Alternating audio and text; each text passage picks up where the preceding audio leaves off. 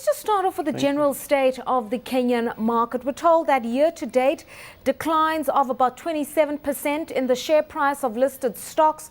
The market has lost about 1,000 points since the start of the year. We know it's been a subdued market, but now we're starting to calibrate the extent of this market being run down. It's obviously had an impact on how investors view the Kenyan Stock Exchange, particularly equities. What's your view? That's true. I mean, the market, it's lost quite a bit. In fact, if you look at it in dollar terms, it's lost up to about 50%, which is quite high. I think that's why we're seeing a lot of foreign investors on the sell side. What we understand is that a lot of stop losses have been triggered. So we've been seeing a lot of them exiting the market. I mean, taking the hits and moving on. And we also find that a lot of them have also diversified their funds, and because they're also in other African markets such as Nigeria, Ghana. So actually the hit maybe they take in Kenya, they've actually taken that into account. So it's not as bad as we'd think. So, I mean, there's a lot of value in the stocks currently, but with every day the market going farther and farther down, farther and further south, so it's not looking good at all. All right, obviously those investors who still want to be active in the Kenyan market prefer fixed income. We're told that returns on treasury bills somewhere in the region of 10% to 12%, particularly short-term papers like the 91-day paper, oversubscribed. But I mean, given the state of the Kenyan economy, the fact that inflation is above 17%, growth around 4.1%, just giving us the debt stock of the government, for how long are investors going to be prepared to go into fixed income? For how long is there going to be value on this particular side of the market? Basically, with inflation, we actually do expect it to ease off a bit.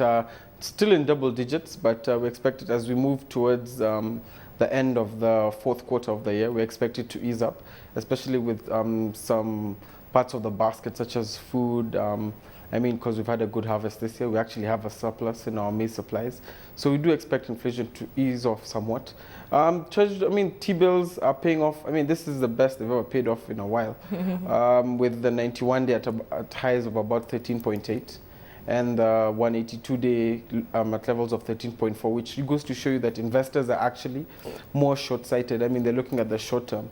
That's why you'd find the 3-month T-bill is higher than the 6-month T-bill. We expect this to hold because a lot of investors who go into these T-bills actually don't have a choice, because it's actually, although it's posting a negative return when you compare it to real negative return inflation, but compared to the equity market, real estate market, which have all slowed down, I mean, T-bills are the way to go. I mean, deposits are paying about 13% in banks, so there's not much of a choice for local investors who can't invest offshore and can't hold their money without any interest on it. All right, let's talk about the state of the currency, because really that's gotten a lot of people into a bit of a panic. And we do know that a special task force has been set up. We're going to hear a report back this week as to what measures need to be taken. But some of the things that precede this particular task force is the CBK, for instance, deciding to create a parallel forex market to sell dollars directly to importers. How has the market responded to the fact that there are now two separate avenues to trade forex? The banks may be losing out. There was that announcement that came from the governor last week that he'd be selling USD directly to some segments of the economy, especially the largest importers. What happened is it actually the market, the shilling actually gained based on sentiment. Actually, not actual fundamentals. We're still waiting for to know that actual trades have gone through where CBK has actually sold dollars to the market. But after about 2-3 days, we've seen the shilling begin to slide again, meaning the market actually still does not have confidence in CBK policies until we actually see something practical where they actually come into the market and we know this trade went through. I think we'll still see the shilling trading range bound for the time being between levels of 102 and 100 going forward. Of course, it would affect the bank's returns based on we're actually expecting them to make a lot of money from FX in the third and the fourth quarter from forex trading, because the fixed income market is, all but dead. transaction income, non-interest income, we actually expect it to move down as fewer and fewer people actually go to the banking reduces. So, I mean, it should affect the banks. Okay, let's go back to market activity today. Safaricom announcing that it's going to be raising its tariffs. Bob Collymore explained all of that to us last week. Largely because of the inflation situation, it's raising the operating costs for the operator. Margins are going to decline. But the general view is that other operators are going to follow suit. So, in fact, the trend we've seen in telecoms is now seeing a reversal.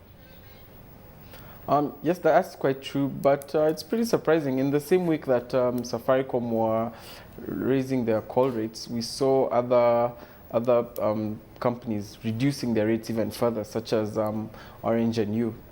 It's not quite clear what we might see the market. We might actually see big market entrants, maybe such as Airtel, also increasing their rates, but the smaller players, we expect them to hold their calling rates at the current levels they're at.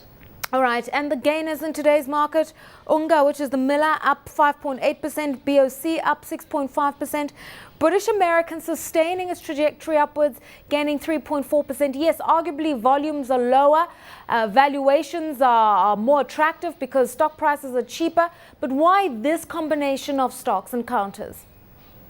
With Unga, of course, you know, they posted some pretty good results. So that means it was expected that their stock price would gain somewhat. We'd see speculators coming to look for Unga on the market.